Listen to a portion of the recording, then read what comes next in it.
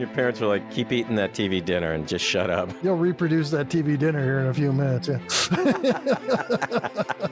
And the funny thing is the Salisbury steak looked the same coming out as it did going in. And the corn, of course, just helped it move along. Welcome to Damn It, Jim, the podcast. It's a fun and fascinating look at Star Trek, the original series. Tonight, we start on Season 2. My name is Dana Smith, and my friend and co-host is Dan Calzaretta. Hey, Dan. Dana, we are into Season 2. That's so exciting. Yeah, there's times I never thought we'd get here. Yeah, but we made it. There's times our listeners were hoping we would never get here. Aren't these guys going to quit? They're going to quit any time now, right?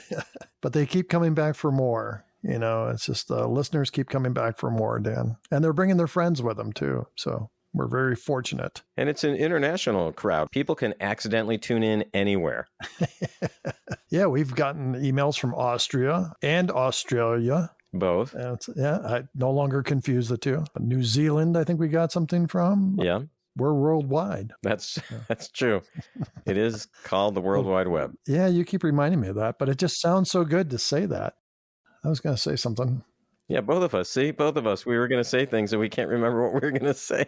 I gave blood tonight. I've got an excuse. Yeah, so. You did? Okay. Yeah, good for you. Yeah, weird thing. The woman pricks my finger here. She puts the Band-Aid here. Kind of like, see where that blood's coming out? That's where you put the Band-Aid.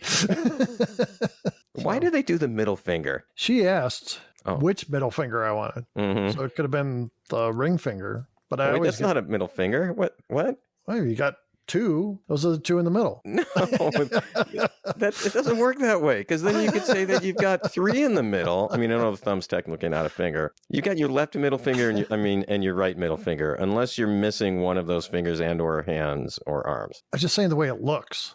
It's not an actual middle finger. What do you mean it's not a middle finger? It is a middle finger. It's number 3 of 5. That's right in the middle.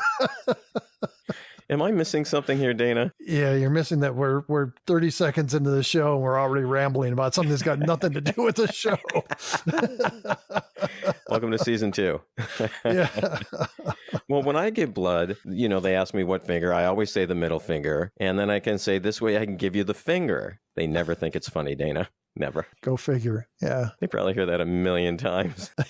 Yeah, this isn't going to hurt a bit for you. Yeah. Not a bit. Let me get the big knife. Yeah. Yeah, the knife. Not the little thing that pokes a hole, but we're going to get a knife for you.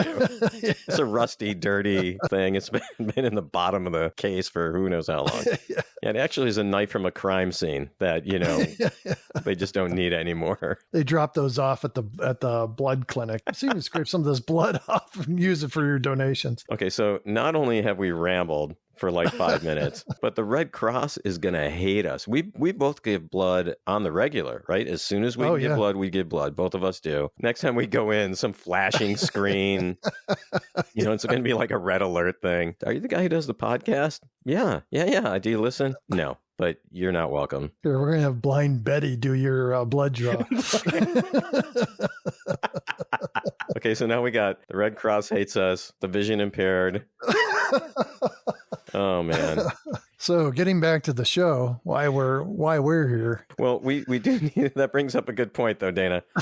You've had some feedback about the Ramble Jar. People like the Ramble Jar, and mostly they want to know how much money is in the Ramble Jar. I forgot what we came here for. It's been 10 minutes already. We did have a little break between seasons, and we talked a lot about Riverside, Iowa, and we interviewed a couple people from the area. Steve Miller, who came up with the idea of naming Riverside the future birthplace of Captain James T. Kirk, and Travis Riggin, who is the current chairperson of TrekFest. Great interviews. We really appreciated their time. But now it's time to move on to season 2. But Dana, before we do that, Julie did send us a message through YouTube and said, please post more episodes of the podcast for the second season. You're the best. Well, that's pretty awesome. Yeah. So she wants us to get started on season 2. So I think we're just about to do that. And while she's listening to this, she's going, why are they rambling so much? I just want to talk about the freaking show.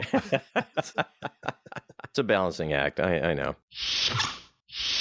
This week, Dan, we're talking about Amok Time. This was an episode that the executives at NBC wanted to be in season 1. And instead, it starts off season 2, even though it was the 5th episode filmed. So the first thing we see is Captain Kirk climbing up a ladder onto a deck. He looks like he's kind of in a rush. I'm thinking he came from the executive bathrooms. And he left something there and he wants to distance himself. Well, he was in a hurry to get up that ladder. Yeah, he was. And then McCoy stops him and he seems kind of a little bit perturbed that McCoy stops him, kind of like, let's just keep moving. Let's move away from the ladder from the executive bathroom. And McCoy is saying, he's worried about Spock. He says he's growing restless and he's stopped eating. Kirk kind of shrugs it off. McCoy tells Kirk that Spock had said, keep out of his personal business or he'd break his neck. Now, we don't hear Spock saying that, but it's clear that it did disturb McCoy, right? Yeah. Then they see Nurse Chapel, and she's going towards Spock's quarters, and McCoy calls to her, and she reveals that she's got some plomeek soup, Vulcan soup. She said, since he's not eating, I thought he'd appreciate this. What do you think's in that soup? I don't know what the delicacies are on Vulcan. I haven't looked that up. Well, he's vegetarian. We know that, right? That's kind of Star Trek canon. One of the later episodes, we definitely find that out. But it's also implied in City on the Edge of Forever, where Kirk goes out to go grocery shopping. He says, I've got some assorted vegetables for you and a hard roll and bologna for me, which explains maybe why Kirk was running away from the executive bathroom. Maybe he'd coupled that with some Limburger cheese that they got from the shuttlecraft. Chapel goes into Spock's quarters. The door just opens up and she goes in. Once again. All of a sudden, Spock's yelling and she comes out screaming. And then the bowl of soup goes flying by. That was great. And he's shouting at her that if he wanted anything from her, he says he would have asked for it. And he stops in the doorway. He demands that Captain Kirk grant him leave of absence on his home planet Vulcan. Yeah, and Kirk and McCoy are kind of shocked with this display of anger and flying soup. I think it's the flying soup more than anything that really got him. Yeah, so. Because that soup, if it's a Vulcan soup, it's leaving a stain that's not coming out of that wall. Yeah, just kind of like what Kirk left in the executive bathroom. So Kirk asks, what is this about? And Spock replies, all I need from you is an answer, yes or no. And then he slams the door. Well, the door slides shut. But if he could have slammed it, he would have slammed it. Oh, yeah. So the next thing we see is Spock and Kirk are discussing the situation in Spock's quarters. Spock is kind of extra surly and demands shore leave on Vulcan. Okay, hold on a second. The quarters, though, Dana. Well, they had to make the quarters look Spock-like, I suppose, whatever that means. But on the back wall, there is this kind of like red curtain and a little bit of a flashing light back there. But there's some big stuffed creature. It's like a statue that's holding the flashing light. I paused it to really kind of look at it, and it looked like kind of like a bear. It had brown fur, but it looked like a bear that had a huge chest. And so I don't know, is this a bear that they have on Vulcan? What was this thing? What did you take it as? But wasn't I thought it was like arms or hands that was holding like a glowing ball that kind of like glowed different colors. They said it was something that was seen in another episode. It was like a statue. But did you notice also hanging like on those curtains was some type of axe? I mean, it was very violent looking. There was a couple weapons I thought hanging from the curtain. Yeah. So, I mean, what was that? I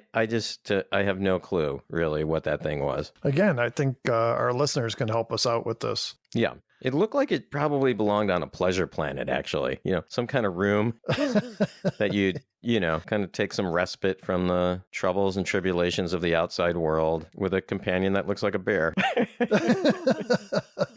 So Kirk tells Spock that they're going to Altair 6 for this event, and that after Altair 6, he can get him to Vulcan, or he can just take his leave on Altair 6. Spock disagrees. He insists that he takes his leave on Vulcan. And then we see that Spock has something behind his back. Yeah. It's like, I don't know if it's a letter opener or a small knife. Looked like a shiv to me. Yeah, like he had fashioned it out of a spoon, a spork or something. Yeah. A spork, yeah. I mean, something that you would find in a prison. Yeah. And Kirk just really kindly asks, what is wrong? I mean, Kirk doesn't see the knife. Spock is like forcing himself to be calm. He says, I need rest and I'm requesting leave on Vulcan. And again, even though he's like trying to be calm, his words have a certain venom to him. Oh, yeah. Yeah. Kirk says, what do we look like an Uber to you? Try calling a Lyft. Yeah. Well, because this event on Altair 6 seems to be pretty important for some reason, some diplomatic reason, I guess. Back on the bridge, Kirk gets a message from Starfleet Command saying that they need to be at Altair 6 and to proceed there immediately. Chekhov, this is the first time we see Chekhov. Yeah, it's great. With his very bad Beatles wig. Bad wig. Really bad. It's so obvious. Yeah. I paused on that scene too. And I was like, what? You didn't need to have high definition television, even in the 60s, to see that wig. Well, they show from the side first. And it's like, why are you pointing out that this is a wig? Yeah. He turns and you see his face and just a bad Beatles wig. Do you think that was one of Shatner's Castaway wigs? He's like, I don't need this anymore. I think that's his weekend wig, where he goes out kind of incognito. I think they got this from Dolores down the hall, the cleaning lady. It fell off into the bucket or something, and they just picked it up and go, hey, look, we need a guy that looks like one of the Beatles. So. She was cleaning the executive bathroom on the Enterprise. Who left the Schmitter in there? Yeah. Schmitter comes up again. Oh, it's not going away, Dan. No. Schmitter. In fact, just to take a little tangent, Schmitter and our whole Schmitter discussions, those were some of the most popular things from last season, I think, with our listeners. We got a lot of comments on the Schmitter, and people are using it in normal conversations on Facebook now. We've started something, Dan. Yeah, I'm using it around the house, too. Yeah, I used it at work, and my boss just looked at me like, what's wrong with you? Sorry for the tangent. Yeah, no worries. So Chekhov, with the bad Beatles wig, says at Warp 6, they will get to Altair 6 in time, but they cannot stop at Vulcan. Kirk looks at Spock, who is listening, and goes up to Spock and says, sorry, sailor's luck. And then he promises Spock he will get his leave as soon as they are finished at Altair 6. And you can see that Spock is not happy, but he doesn't say anything. And so then they kind of move on. And the next thing we see is Kirk in his quarters, laying on the bed. And I'm surprised he had his shirt on. Yeah. Kirk is kind of seems a little restless, and he finally turns to his computer or monitor and flips it on and calls Chekhov. And he asks, how late would we be if we diverted to Vulcan? And Chekhov says, we're on course to Vulcan, as Mr. Spock ordered. So, now we know the Schmitter is going to hit the fan.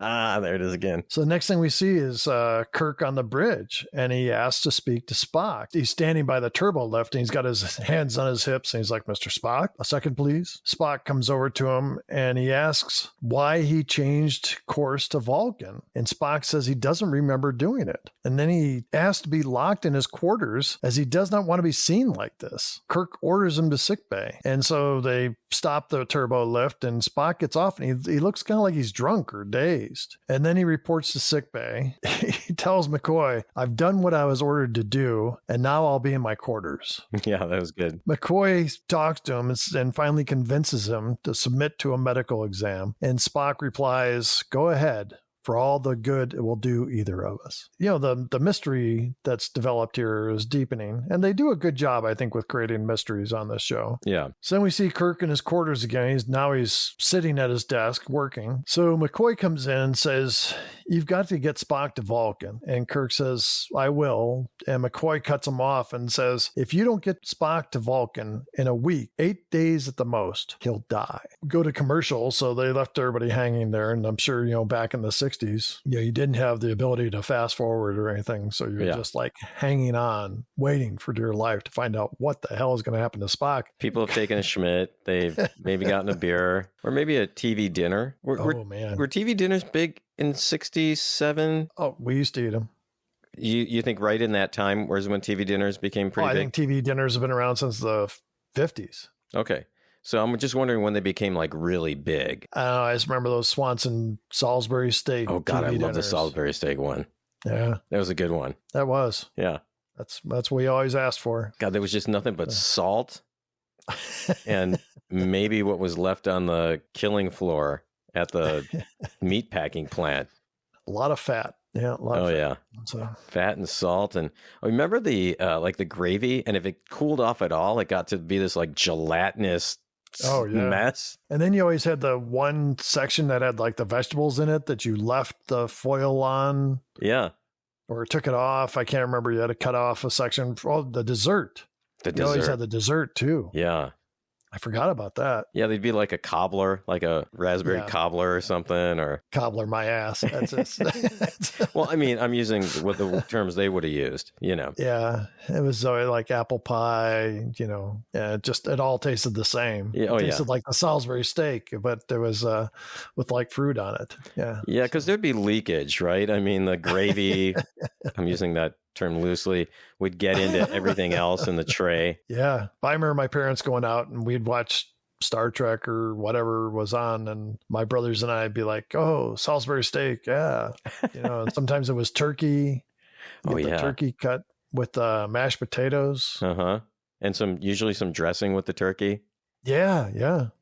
Do you think anyone's doing retro TV dinners, you know, like you could get, or maybe they never stopped? I haven't looked in the TV dinner aisle in probably 40 years. I don't know when the last time I looked. Hey, you know, that's what we should do next week. Okay. Got an idea. Do the podcast and have TV dinners as we do the podcast. Yeah, like we'll each get as the old school of a TV dinners we can find. We'll do the podcast and then maybe do a little review of the TV dinner as well. I'm willing to bet if we check the date, I know someone will say best served before December 4th, 1968. Yeah, it's like the ones way in the back of the freezer. Yeah. All right, we should do that. Maybe we'll hear from some listeners. Look, listeners, if you want us to do a TV dinner, the little review, we won't spend long on it. We'll probably spend less time than we spent now talking about it, and more time throwing up. Yeah. Well, that'd be afterwards. It takes a while, right, to get sick from those probably. Yeah, sure. Maybe we'll get some TV dinner company to be our first official sponsor. Yeah, not now. Well, we didn't say that we did throw up. We say we probably will throw up. This could be a journey. Yeah, to the hospital. Or the bathroom. Yeah. Like, I gotta go. Hold on, Dana. This might take me a few minutes. Don't take the mic with you.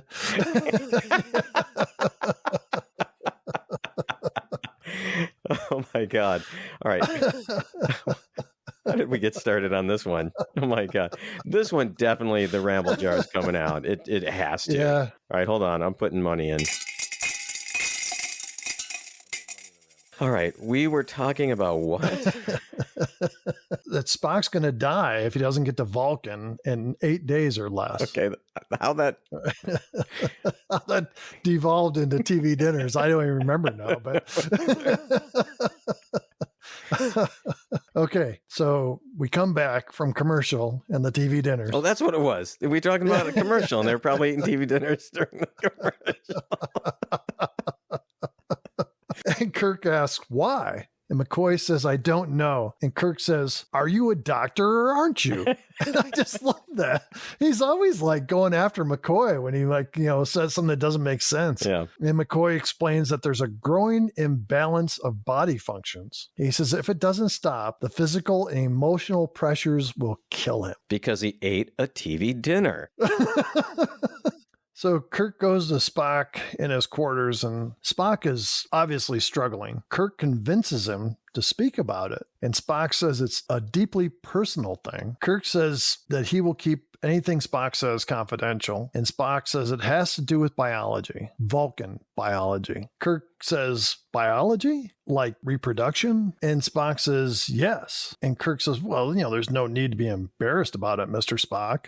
And I thought he was going to give him the facts of life. Because he kind of sidles up next to him. It's like, well, it happens to the birds and the bees, It's just like, oh my God, he's going to tell them how reproduction happens. Yeah, let's walk over to this bear thing that you've got and let me demonstrate. I got to run to my quarters and get the stalactite, but then we're really going to show you how this works.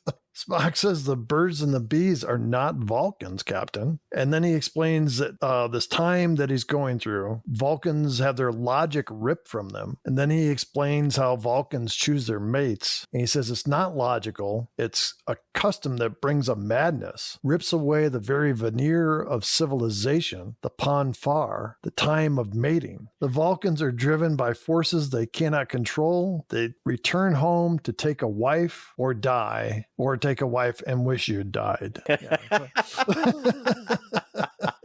Now, we do need to make this absolutely clear, Dana. This does not apply to you or me. This is not the case for us. Correct. We live long and prosper because of our wives. That's right. So Kirk says, I will get you to Vulcan. So next we see Kirk and McCoy are talking to the Admiral, and Kirk is saying that they must divert to Vulcan. And the Admiral is unhappy as they are not giving him a reason why. So the Admiral says the event on Altair 6 is of vital importance. And Kirk argues, but the Admiral says he cannot allow it and he needs to go to Altair 6. After the Admiral signs off, Kirk says he's still going to take Spock to Vulcan. I owe my life a dozen times over.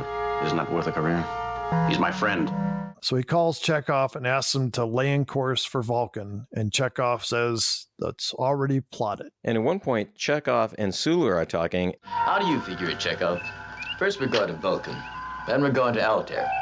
Then we're headed to Vulcan again. Now we're headed back to Altair. I think I'm going to get spacesick.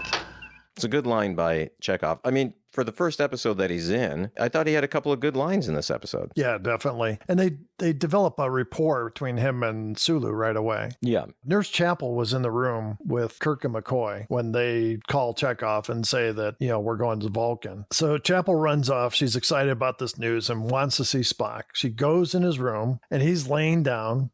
She stands by him and it looks like she wants to touch him. And then she turns to go and Spock calls her. And then he sits up on the bed and he says he was having a dream about her. Yeah, see, Dana, this part was weird. Yeah. And then he says, it wouldn't be logical for us to protest against our natures. And Chapel's kind of backed up into this doorway of his bedroom, and she has a tear running down her face. And it's a hugely fake tear. Yeah, it was. It just never moved. It was just there. Yeah. It's like they painted it on her.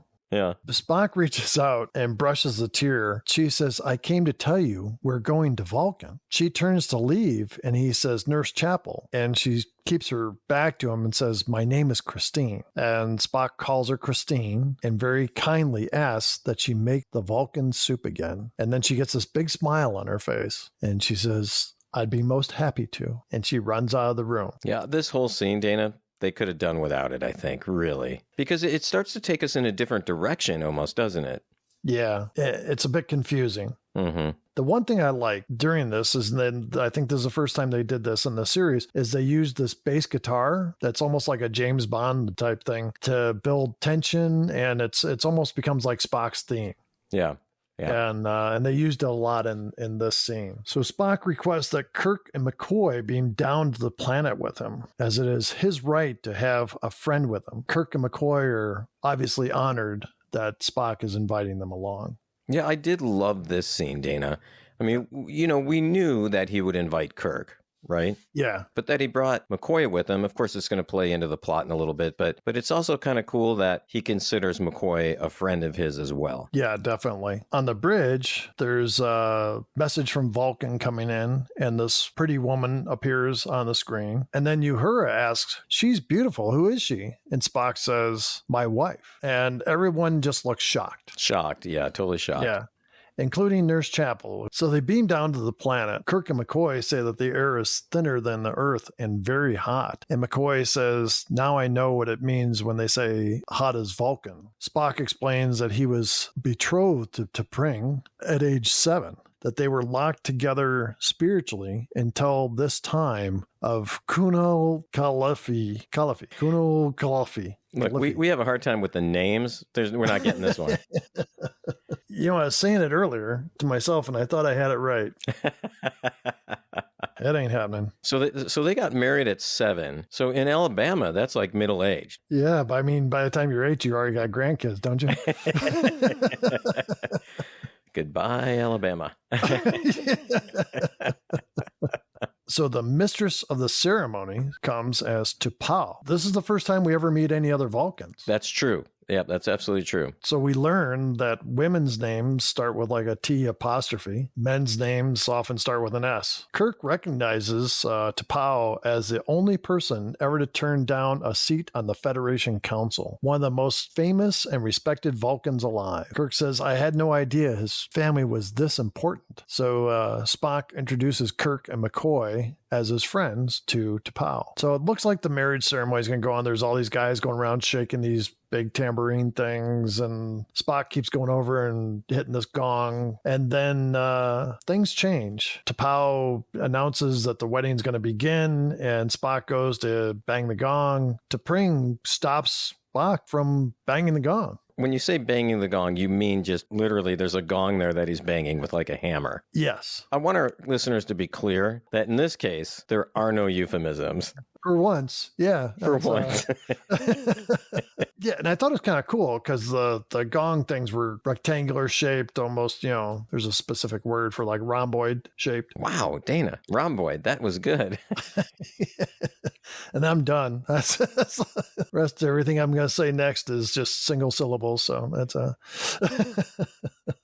I did like this set a lot. I thought it was pretty cool. Even the way I would say that the Vulcans were dressed, a tiny bit hokey. I think what they were really trying to do was give us a taste and a feel for Vulcan and the Vulcan culture. Yeah, definitely. T'Pring announces she would rather not marry Spock. T'Pring invokes the Caliphate. So this is her right to have Spock fight for her. Spock retreats to the side of the platform, and he's all like hunched over and speechless and looks like he's possessed or something. Yeah, his eyes are kind of rolling up in his head. Yeah, it looks like he's meditating, but not in a calm, nice way. It looks like I've looked a few times, I think, on the can. Can't get one out. That's not the Salisbury steak issue talking about. No. That's something else entirely. So Kirk tries to speak with him, and T'Pau warns him off, explaining that he is deep in Placto.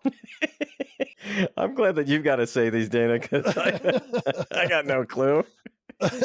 Spock looks like he is just not himself. And so T'Pring chooses Kirk as her champion. And there's this other dude standing behind her that obviously is like eyeing her the whole time. You know, you're expecting him to be her champion. So they're even looking at that guy standing back there, Kirk and McCoy are. And Kirk asks McCoy, do you think Spock can take him? And McCoy's like, in his current state, I don't know. Spock says his friend does not know what this means. And T'Pau says, this is the way. And then McCoy says, he can't do it. Kirk says, it's no big deal. I knock Spock out and it's over. Or I quit and he wins. Everybody walks away happy. Next thing you see is that they bring out these big weapons. It's like a big long stick with a blade on one end and like this big stone thing on the other. Yeah, it was cool looking. I like those weapons. They were cool. Yeah, I thought it was great design, really. Yeah. Kirk kind of looks at it, and then T'Pau says, this combat is to the death. We cut back to Spock, and Spock looks like he's ready to kill. Oh, yeah. Yeah, he's going to take Kirk out. Yeah. So Spock comes out ready to go, and they start fighting. And I thought that the stuntman that they used for Spock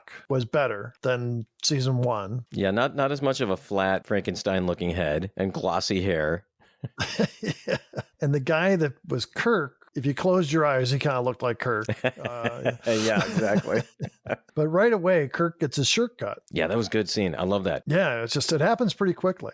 Yeah. So as the fight goes on and Kirk is kind of getting beat up and you can see he's wearing down fast, McCoy asks T'Pau if he can give Kirk a shot. He says, he doesn't stand a chance with this air and heat. She finally says yes. So McCoy goes and gives Kirk a shot. And then they bring out these long, like belt type things. And they have like big, heavy balls on the end, right? Yeah. Right away, Spock uses his to like wrap it around Kirk's legs and knocks him down, pulls his feet out from under him. Kirk gets out of that and they fight and tumble around some more. Spock finally gets Kirk by the neck and strangles him. And Kirk finally expires. So McCoy goes over and Spock's like holding Kirk up by the belt around his neck and he just drops him. McCoy announces that Kirk is dead. So McCoy calls the ship and asks to be ready to beam up the landing party. Spock says he will follow McCoy and Kirk up and then orders McCoy to tell Chekhov to plot a course for the nearest starbase where Spock will surrender himself to the authorities. Spock goes to T'Pring and asks her to explain. She says she chose Stan, and that's the dude that we thought Spock was going to be fighting. Right. And Stan chose her. And then he tells Stan, and I love this.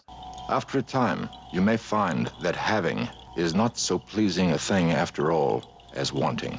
It is not logical, but it is often true. Wish somebody told me that with my first wife. Yeah, yeah, it was a great line by Spock. You know, the interesting thing here, though, was there was a female ruler. This woman, T'Pring, is obviously very smart. She has this whole very logical reason for the choices that she made, and she seems to be very empowered, you know, which, again, I think maybe that was something Star Trek as a series was trying to promote. There's got to be something to that because in so many other shows, they're so male-dominated. Spock goes to T'Pau and says, live long and prosper, and she repeats this back to him, and he says, I shall do neither. I have killed my captain and my friend. And Spock looks very sad. So back on the ship, we see Spock enter sickbay. McCoy is there with Nurse Chapel, and he says he will resign his position at once. And then he tells McCoy that Mr. Scott must take command of the Enterprise. Then Kirk comes in from behind from another room and playfully asks, don't you think you better check with me first? And seeing Kirk alive, Spock betrays his joy by calling the captain Jim with a big smile, which he quickly suppresses when he realizes that Chapel and McCoy have seen it. Kirk then reveals that McCoy did not just give him a triox injection, but a neural paralyzer to simulate death. I thought that was a great twist that they included in the show. When asked about the final outcome of the marriage, Spock explains that when he thought he had killed Kirk, he no longer had any interest in T'Pring. So then you see McCoy's got this kind of like wry smile on his face, and he says, there's just one thing, Mr. Spock. You can't tell me that when you first saw Jim alive that you weren't on the verge of giving us an emotional scene that would have brought the house down. Merely my quite logical relief that Starfleet had not lost the highly proficient captain. Yes, Mr. Spock, I understand. Thank you, Captain. Of course, Mr. Spock. Your reaction was quite logical. Thank you, Doctor. In a pig's eye. We see Kirk and Spock walk out of the room. Everybody's happy, except for Nurse Chapel. Never got souped. I thought it was a great ending, and it solidifies, again, this banter between the three of them, doesn't it? Oh, yeah. You know, the McCoy and Spock thing, it's classic. The show wouldn't have been as good without it. Yeah, absolutely. Yep, totally agree. So, Dana, what did you come up with dilemmas or themes for this episode? To me, it boiled down to friendship. The willingness to take risks for friends, to go the extra mile, put your career on the line. To me, that's what was the main theme behind it. Well, Dana, what did you have for a best part of this episode? I have actually a lot of things I thought were great in this episode, starting with Spock's distress and his anger. Thought they played that up really well and showed it, so there was no doubt about what was going on with him. How about you, Dan? You got something for us? The whole Spock, McCoy, Kirk banter at the end, I just thought it was great. It builds on what we saw in season 1, and I think I know that it's just going to continue to build throughout the series. How about you, Dana? How about another one? DeForest Kelly's name is in the opening credits. And last year, where did they show that? He was always in the end credits. Well, let's move on to the worst, Dan. What was a worst part for you? Even though I really liked the fight scene and the whole ending part, there were a couple of times where the camera was doing these weird angles, looking up from the ground or looking down, or was kind of sideways a little bit. It just reminded me, it was kind of Batman, the original television series, it was a little Batman-like. So I didn't like that. It kind of took me out of the moment. How about for you? How about a worst part? Nurse Chapel's gushing over Spock, but mostly it was the fake tear running down her cheek because it just looked, I thought she had like some silver makeup. So you got another worst part for us, Dan? Dana, I'm not sure this is a worst part, but I'm going to throw it out there. The woman who played T'Pau sounded like Cloris Leachman in Young Frankenstein. I I couldn't quite get beyond that. And, I was expecting her to say, some Ovaltine, perhaps? I just couldn't get beyond that. I thought she was a great actress, really good, but I just couldn't get beyond the whole Cloris Leachman and Young Frankenstein thing. How about another worst part for you? Chekhov's wig. They said there's 3 episodes and where he wears the wig. Dana, what happened on this day in history when the show was originally broadcast? Dan, this was broadcast on September 15th, 1967. Not a whole lot happened on this date. There was the tallest statue in the world was completed, and it was called the Motherland Calls, and it remains the tallest statue in Europe and the tallest statue of a woman in the world. Commemorates the World War II Battle of Stalingrad, and it stands 85 meters or 279 feet high. Also on this date, the number 1 song in the U.S. was Ode to Billy Joe by Bobby Gentry. I've got to take you back to the UK. Uh-oh. Oh, no. Our old friend Engelbert Humperdinck had the number 1 hit song in the UK on September 15th, 1967, with The Last Waltz. Dana, where are the Beatles? That's a damn good question, but apparently, people wanted Engelbert. Hey, did he ever get back to us about, we asked him to come on the show? Yeah, no, I don't know why he never responded to us. A couple other TV notes we might want to mention. On September 14th, Batman began a 3rd season on ABC despite declining ratings and added actress Yvonne Craig as Batgirl. On September 16th, the detective series Mannix, starring Armenian-American actor Mike Connors as a private investigator, began an 8-season run on American television. Let's move on to the counts. All right. So how about a dead crewman count for this week, Dana? I was thinking Spock was going to kill somebody, but it didn't happen. We almost had one. Yeah, and I don't think in this case Kirk being dead counts because he wasn't really dead, right? He says that the shot simulated death. So 0 this week, Dana, 26.5 as our tally so far. How about the shirtless Kirk, rip shirt Kirk count? Got 1. Yeah, it was a good one, too. We saw some blood. Blood and nipples. Does that count as extra? Probably not, huh? So we got 1 this week for a total of 10. How about the he's dead count? 0. Well, I think we need to have a little debate on this one. So Kirk died. I mean, it looked like he died. And McCoy does say he's dead. And we have counted other episodes where he said he's dead, not he's dead Jim, or Jimmy's dead, where he just said he's dead. So I'd like to propose that we do count this one. Well, you're right. I completely forgot about that. I don't know how I could have. Well, you gave blood today, Dana. So we're going to count that one? I think we should, yeah. He did say he's dead. Good. Okay, so we've got 1 for this week for a total of 4. I'm a doctor, not a fill in the blank. That did not happen. So 0 this week, a total of 3. Supreme being count. T'Pau was about the closest thing we saw to a supreme being, but she didn't show off her magic or anything, so I have to say 0. Yep, I agree with you. So total of 6. The violation of the Prime Directive. It's 0. 0, okay. So we have a total of 4.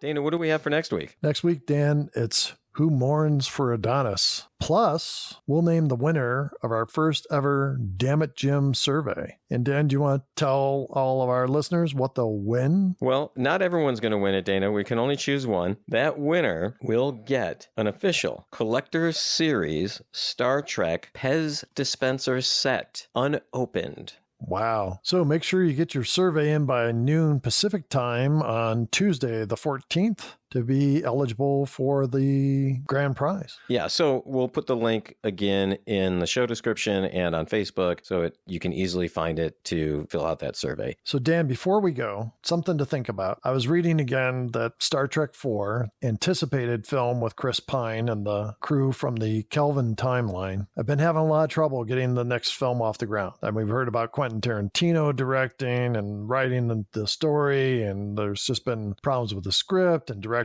have come and gone. I'm thinking maybe they should take something from season 1. I was wondering, and we'll put this out to our listeners on Facebook, think about an episode from season 1 that the new Kelvin timeline crew should do a sequel to or a complete redo, so long as it's not Wrath of Khan. Yeah, because that got done. Poorly. Yeah, by the reboot. Yeah, I mean, the original Wrath of Khan was awesome. Yeah, that sounds like a fun idea. And then we can share our thoughts as well. Yeah. All right, Dana, once again, had a great time talking with you tonight about this episode, and I'll see you next week. Have a great rest of your week. Well, thanks again, Dan. As always, it's a pleasure. And for all of our listeners, thank you for joining us. And until we meet again, live long and prosper. Thanks once again for listening to Damn It Jim, the podcast. We'd love to hear from you. Please send us an email at damnitjimpodcast@gmail.com or join the discussion on Facebook, Twitter, or YouTube. Join Dana and Dan next week for Who Mourns for Adonis. Until then, enjoy the rest of your week and remember to live long and prosper.